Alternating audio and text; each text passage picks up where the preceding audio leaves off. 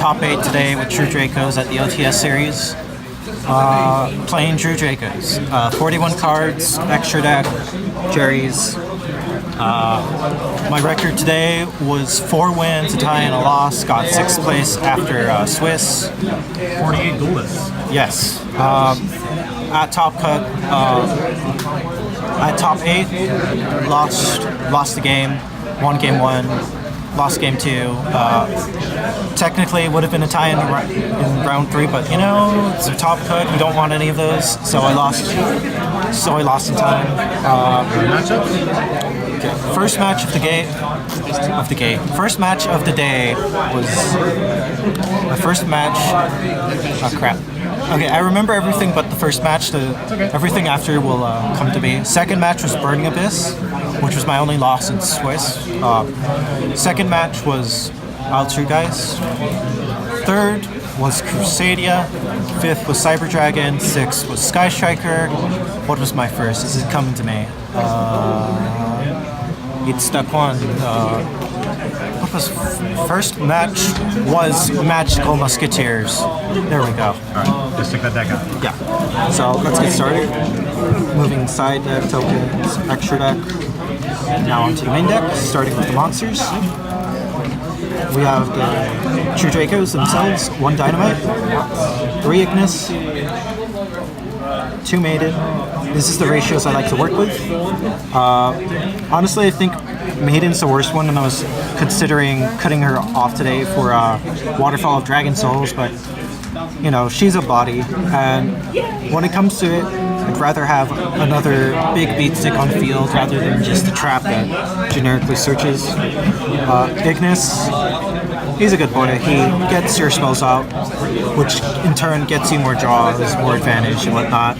Also helps you grind thanks to Disciples. Dynamite's at 1, but if he was unlimited, you best bet your ass on playing him at 3. He is very good with the traps. The traps help you grind out, and he's the biggest boy.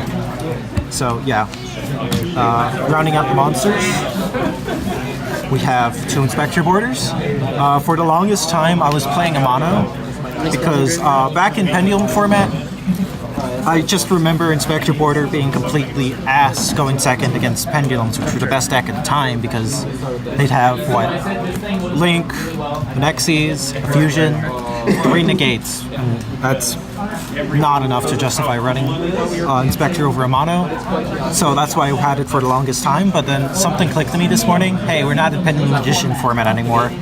Going second, the usual board is like 1 Link or 1 Xyz, maybe 2 different types. So Inspector Borders are a lot better now, and in certain matchups he can sort of be an auto win, such as Altergeist and Trickstar. Definitely Trickstar, because then they'd need to draw into something like Impermanence to get their plays going, because they don't get the bodies out real easily.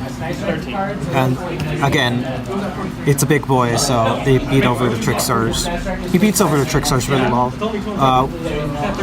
Something that really missed me is that he doesn't negate continuous effects, which, you know, if he did, I would be broken, but that's part of the reason why I lost in Top Cut, because he couldn't negate Menaceek's direct attack, and, you know, that's why I lost. But he's still good.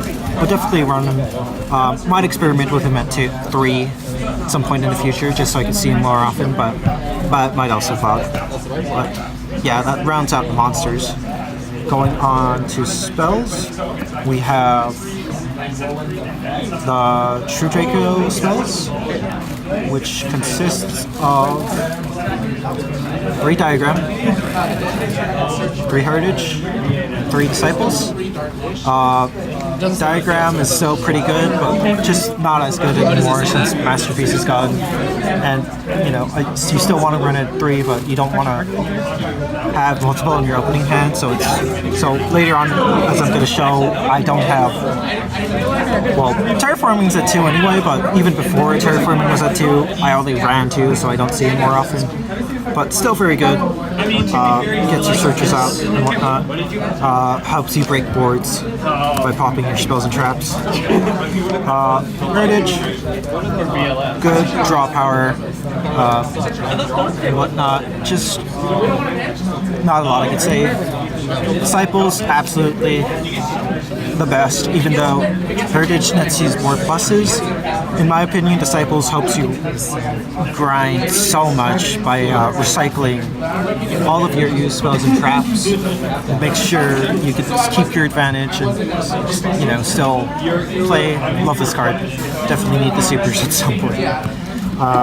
Continuing on with spells, we have Card of Demise, which is, you know, I'm still surprised it hasn't been hit at all. Why is it still at 3? But, you know, it is so ridiculously good in this deck. Draw 3 after setting like 4 back row and inspect your border in like the best of cases is still, you know, it's still an amazing card.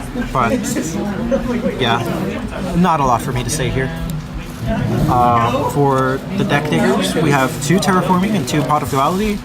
Terraforming is to get to the diagram, of course. I still don't like opening multiple Terraformings and diagrams in my hand.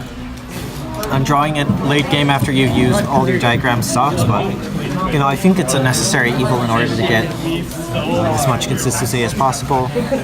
Pot of Duality is just a generic digger. You know, he gets you deeper into your deck to fix your hand or make your hand better and get you, you know, get you your power cards. And my personal tech of choice for the format, 2 Shared Rights. This is because there's a lot of searching going on in this format with Goki and Sky Strikers, especially with Sky Strikers being the top deck.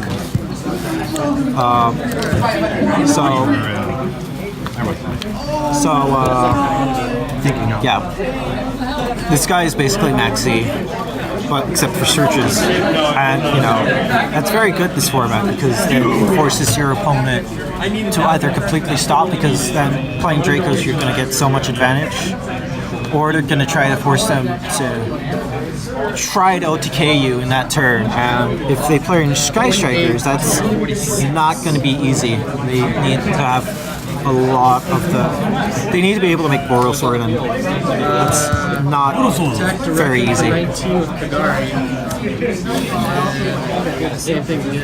I could see him from on the camera. Now onto the traps. We got the standard 2 Draco traps, 1 Return, 3 Apocalypse.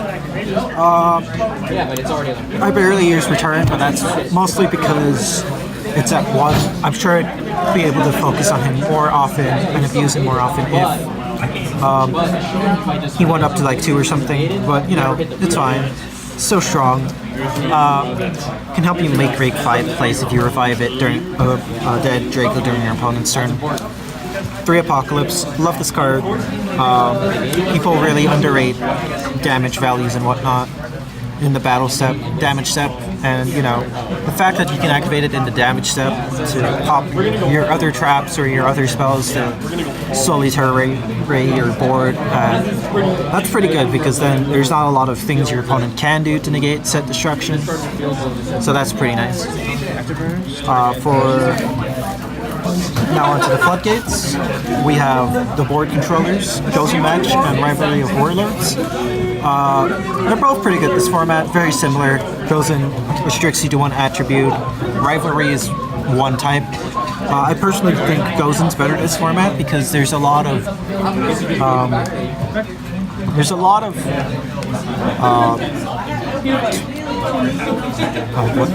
a lot of different attribute decks going around these days. Gokis, when they go into their links, they're multi-attribute. Altergeist are all different attributes. All the Sky Strikers are different attributes. And Rivalry is still very good. The deck plays with this better because when you have Gozen up, you're forced to only have 1 Draco, since this is also a multi-attribute deck. But the thing with Gozen is that, you know, your guys are usually going to be bigger than most everything else. So that's why you can play Gozen, in my opinion. And I think it's too powerful of a card to justify not running it just because of that. These cards do absolutely nothing against Cyber Dragon, so. Onto some more Floodgates. 1 skill drain, 1 Imperial Order, 2 anti-spells.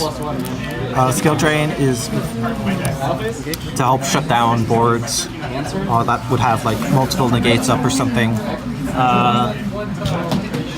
You know, just pretty good. I don't think it's as good because you don't have the masterpiece that's going to be immune to skill drain to back it up. But you know, it's still like Gozen. I think it's still too powerful a card to justify not running it. Imperial Order and anti-spell is spell card hate. Amazing in the Sky Striker match. They have to really maneuver to make a Link 2 or something to like a Phoenix or a Unicorn to get rid of them. Yeah. I didn't have it in my deck during last format because Goki was a lot more dominant and this does dick against them, but with Sky Strikers being a lot more powerful now, I feel like I can justify maining it. And I don't regret it. It served me pretty well today because it's also good against certain rogue decks. But not to Burning Abyss, which is my only loss in Swiss. And now finally the counter traps. 2 Solemn Strikes and 1 Judgment. I added Strikes because it is very good for when Sky Strikers link away into one of their links, because then they can't float into their Kagaris, and you know that kind of puts a stop to them unless they have like a follow-up token or something. Judgment is Judgment. It's so generically good. Stops evenly matched, stops summon, stops Rugekis, stops problem cards. And you know, I really do enjoy it. I wish I could have found a space to play another card called Oasis. No, not. It's either Oasis of Dragon Souls or Waterfall of Dragon Souls. One of those. It's really good in the Sky Striker matchup. Basically, what it does is it gives you 2 options. You either add a Wyrm to your hand, or you tribute Wyrms on your field or your hand, and then draw cards equal to the amount you tributed, +1. And the thing with that is that it has a cool interaction with the Sky Striker matchup, because a lot of times you're going to try to afterburners or afterburners your monsters away to clear your back row, or to try to steal it away with Widow Anchor. But with Dragon Souls, you can just activate it, tribute it away, and then they can't resolve either of them because it's not on the field anymore. So, yeah. Shoutouts, bud? I'm not done yet. Oh. Yeah, sorry. Just wanted to get onto a card I wanted to talk about. No, my bad. It's my fault for veering into that. I'm going to go into the extra deck now. Good. So, as you can guess by the extra deck, it's mostly Cherry's targets, because true Dracos don't go into the extra deck often, but it actually really helped me out today. 1 Yugioh for those decks that for those turbo decks that turn 1 Yugioh to try and fix their hand and whatnot. Firewall for Goki, and just unique shenanigans in general. Summon Sorceress for a similar reason, and it also shuts off PK heroes, which is a matchup I greatly fear. Darklaw and Gumblar is not fun. Aliester for the Invoke matchup. I was considering replacing with Makaba because, you know, that is the boss monster and this is a combo piece, but, you know, I decided on him because their combos are a bit more limited once you get rid of him and he's out of the picture. 1 Hextia, because even though Haltergeist is an easier matchup, and, you know, I still lost in Top Cut to Haltergeist, so you still gotta respect it, but the reason why I have it is because if they go first and they give you an anti-spell or something similar that can lock you down, eventually they can really control the board by going into this, so you don't want to deal with that. It's bad enough you have an anti-spell or an Imperial up, so that's why you want to get rid of that. The Sky Strikers, Kagari and Shizuku. Shizuku is for when they have when they ray away into Kagari. That way they can't get the advantage in the end phase of the turn. And Kagari's for the follow-up, or if they have a token for some reason. I don't know why you'd use the token in the True Draco matchup, because then it's just begging to be locked away thanks to Ghost and Match and whatnot. But, you know, still there. Rounding out the cherry targets, 1 Mask Hero Dark Law for Gunfire Heroes, Evil Storm Excite on Night. This never came up, but you know, since he's back, and a lot of decks can easily make rank 4s, I figured I'd have him in here just in case, because he'd be able to clear my floodgates really easily if it's not like a Gozen or something. And in that really, really odd situation where you need to clear your opponent's board, you can make him with the 2 Inspector borders, but if you're making him at that point, I think you need to reconsider, because you're probably losing. And as I said earlier, the floodgates goes in, and rivalry does nothing against Cyber Dragons, and Cyber Dragons really scare me. So I have this main in the extra deck to clear their boards. If they can't kill me, if they can't immediately kill me, or if I'm going second, they clear away the boards and whatnot. And I have both because sometimes they have a Cyber Dragon monster, but not one that counts as Cyber Dragon on the field. So that's why I have both Mega Fleet and Fortress, because they're guaranteed to have something in their extra monster zone to fuse away with Mega Fleet. Fortress is if they have the Cyber Dragon up, and they have more than 2 monsters, because then he gets bigger than Mega Fleet. And then entering the stuff that I actually do plan to go into a lot. Starting off with Fulcasaurus and Gaia Charger. This is Spanish.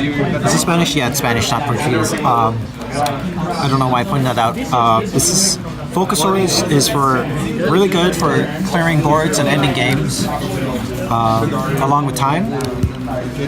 You just, if you're in time, you can nuke one of your opponent's face-up monsters to, at the very least, try to get a tie or something. Gaia Charger is the follow-up if you're just trying to clear the board and push for game, because this guy can't attack right away. And he also does a lot, and if your opponent has like a small monster defense position, he does piercing, so that's potentially a lot of damage. And then rounding out the extra deck, we have Freezedon and Full Armor Crystal Silver Lancer.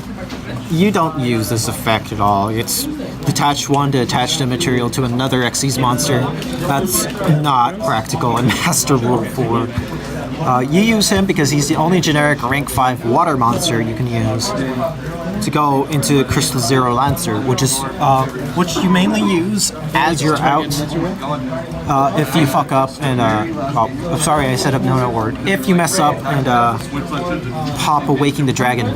So when it's summoned, it gains 500 for each material. 1, 2, 3, 4. 1, 2, 3 material, 15, 37. Another cool thing is that she's a skill drain. So if there's like a problematic card on the field, you could detach 1, negate their effects, all of your opponent's monster effects for that turn. For that turn, or is it forever? Until the end of the turn. Still pretty good. And you know, if not specific situation, that's pretty cool. I haven't seen it come up, but you know, it's something cool. Moving on to the side deck. Starting it off, the reason why we run an extra deck. 3 Ghost Reaper Wonder Cherries. I only cited it in, I want to say, 3 times today. I never saw it at all today, but you know, I don't regret running her. She had some versatility to the deck. Yeah, if she didn't exist, I wouldn't run the extra deck. And you know, the only reason why I run the extra deck is for her. Yeah, that's kind of redundant. Let's just move on. Moving on to the side deck, we have my other 2 hand traps. 2 Ghost Ogre. I was considering maining it, but then, you know, my main deck space was already tight and I was already at 41. So I decided to opt to not do it and have it in the side. Cool note with Ghost Ogre, it's the only hand trap where it actually does something if it's on the field. So if you have it in your hand turn 1 and you got a card of Demise and a bunch of things to set, you could normal summon her, card of Demise, and you won't have to discard her in the end phase, and she still has interaction with your opponent when it comes to their turn. So that's pretty neat. It's also pretty good, this format, for just disrupting certain plays, like the multi-roll, multi-fakers, all that kind of jazz. Continuing on with the spells, we have 2 Book of Eclipse. I absolutely love this card, but I never cited it at all today because I never found myself in a matchup that would justify it. You use this in a matchups like Goki or basically U-Link shenanigans in general that would put out a bunch of monsters on the board to link away into things like Viro and whatnot and generate advantage off of there. You would flip this up, they'd go face down, and they're basically locked out of the extra deck for that turn. You know, the draw at the end of it is pretty iffy, but you know, it works out pretty well once you actually use it, which I didn't today, but I don't regret citing it. 2 Forbidden Chalice. Just generic negation. Targeting's good now. Targeting's good again since Goblin's gone. It's just generic negation, and in those really weird moments where you need to push per game, it's attack boosting in the damage step. I don't regret running her. And then on to the traps. 3 red reboot. This is for things such as the Altergeist matchup and evenly matched, along with matchups that would red reboot me. Love this card.